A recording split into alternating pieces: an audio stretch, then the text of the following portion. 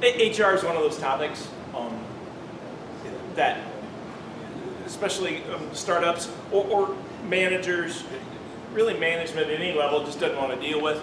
I was once introduced, here's Hunter Lott, he's going to talk human remains.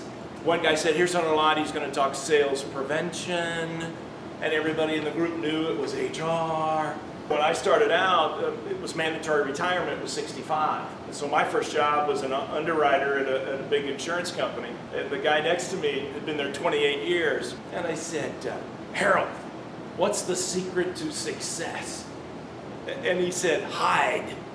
Hide? Yeah. Don't get at the top or the bottom of any list. A couple of years from now, I'm going to retire. This is a region of about 400 employees, and most of the management will have no idea who I am.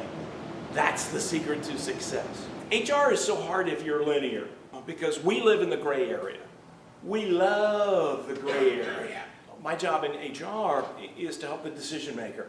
Tell him or her, here's the risk versus reward. You make the call. A lot of HR people are into compliance. Oh, you got to do this. You got to always drive 65. Well, it's not going to happen. And the legal stuff, you realize it's not about the rules and regulations. It's more about better business decision making. It was bring your child to work day. What could go wrong? Mom brought 15-year-old daughter. CEO hits on 15-year-old. Mom complains, CEO fires mom.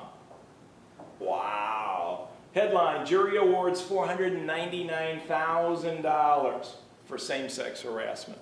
This company was great. I bet you never figured how much lost productivity there was in urination. What? That's right. All the people that take breaks, ever calculated how much time that takes? This company says, okay, that's it. You're going to have to clock out to pee. If you want to take a break, you got to clock out. Now, any of us in HR would have been going, wait a minute, this isn't going to play well on TMZ.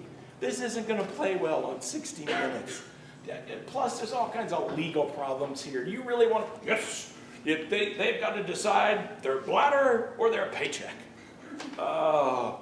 So, of course, the first day, probably, one guy complained, Department of Labor got a hold of it and said this is violating all kinds of regulations. Let's go to court. They go to court, the judge just yells at them. The award was $1.75 million. Well, this is not so much legal as it is decision making. Watch out for what's called an implied contract. So if I let Joe come in late every day for a year and a half, I've established an implied contract that him coming in late is okay. You can make the changes you need to make. Communicate the expectations, then hold them accountable. Age, sex, race, religion, national origin, disability. Texas is an at-will state. Got the right to fire at will. They have the right to sue at will. The burden of proof's on us. Prove you didn't use the list to make a hiring or firing decision. The attorneys will say, treat everyone the same. You won't get sued, which is true, but you don't get a chance with great employees to make the exception. That's a leadership issue. Interesting. Equal opportunity doesn't mean equal treatment. Drunk on the job, you catch him drinking on the job, take his keys if you can, if he'll give you the keys, or she. Make arrangements from home. Don't let him drive. Think 60 minutes. Oh yeah, you're impaired, so drive home. And they get an accident on the way home, you're responsible. Company's responsible. At the holiday party, you serve the alcohol, you're responsible, period.